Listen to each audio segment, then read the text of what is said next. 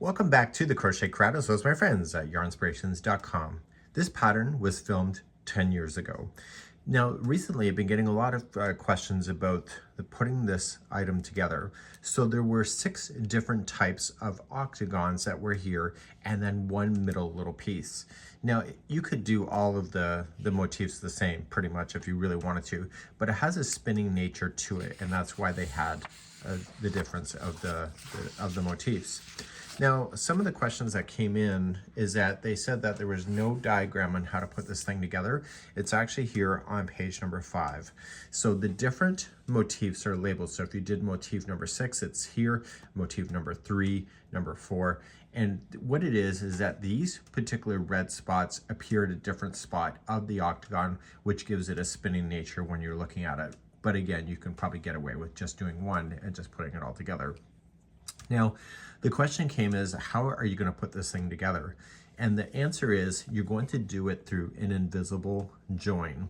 At the end of today's video, I'm going to put that particular instruction on here and how that's done. So here we have an octagon shapes, and then there's squares. And they represented it with a round circle here because it looks round, but it's not. So you're just going to start with the invisible join, which I'll provide at the end of today's video, on just being able to start and being able to put these items together as you're going along. Lay it down on a flat table in order to line it up as you go and start joining. Once you have this joined here, move up to here and then start doing the same thing. And start joining. Then move up and do the same thing. And what you're doing is you're putting everything together in this formation. And then what you can do then is then just start joining those pieces that are by itself right here and start bringing things together. Okay, so the sewing, yes, there's going to be a lot of work with the sewing, but this is what this project is. It's a really beautiful afghan, and the way that it's put together looks really quite seamless when it's done. And so it's one of those ones that you'll want to start as soon as you can within the season. And even though it is Christmas oriented, it's like candy oriented as well. So I'm going to now jump you forward to the invisible join.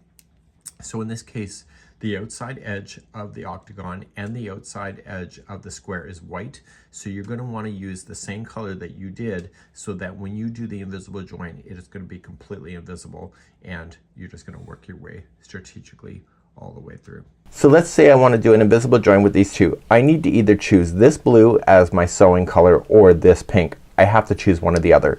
If I choose something that doesn't match, you are totally going to see it, but in tutorial purposes I'm going to show you that today. But it literally is almost impossible to see it unless you're, got a critical eye and you got nothing else better to do in your life and you want to judge something. So what I would like to do is show you how to do this using this idea.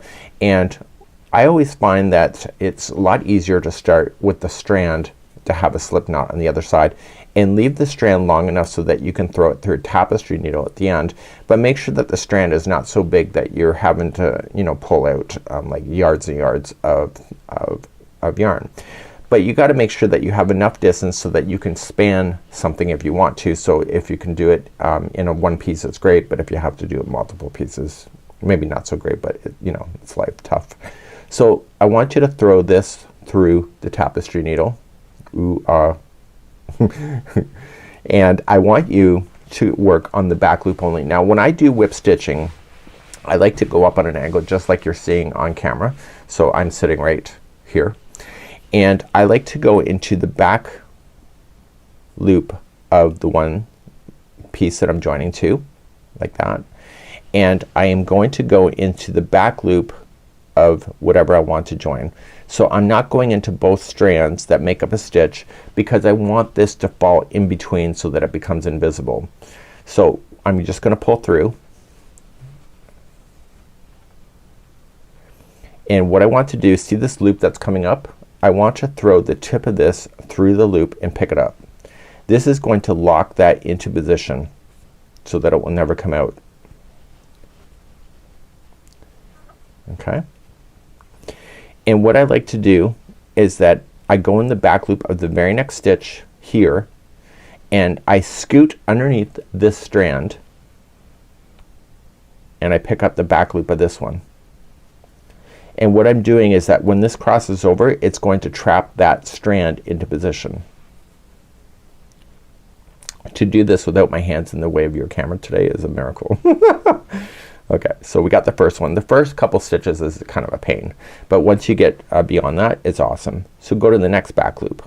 Keep this so it scoots underneath. Is that a real word, scoot? You can leave me a message in the comments if that's a real word. So you're gonna come across and you're just gonna pull, and it's gonna trap that in a position. You see it's kind of loose. We're gonna tighten that up, so just give it a good tug. Now if this was either the blue or the pink, this would be almost impossible to see. So I'm going to go one more time underneath that starting strand and grab the other one, and I'm going to come over top. So you can technically see that I've carried that yarn, but if it's either the blue or the pink, it'll be hard to see that. I want you now just to take the strand and just pull it to the back side so you don't have to worry about it for the remaining. And all you just need to do is keep scooting under the back loop of both of them,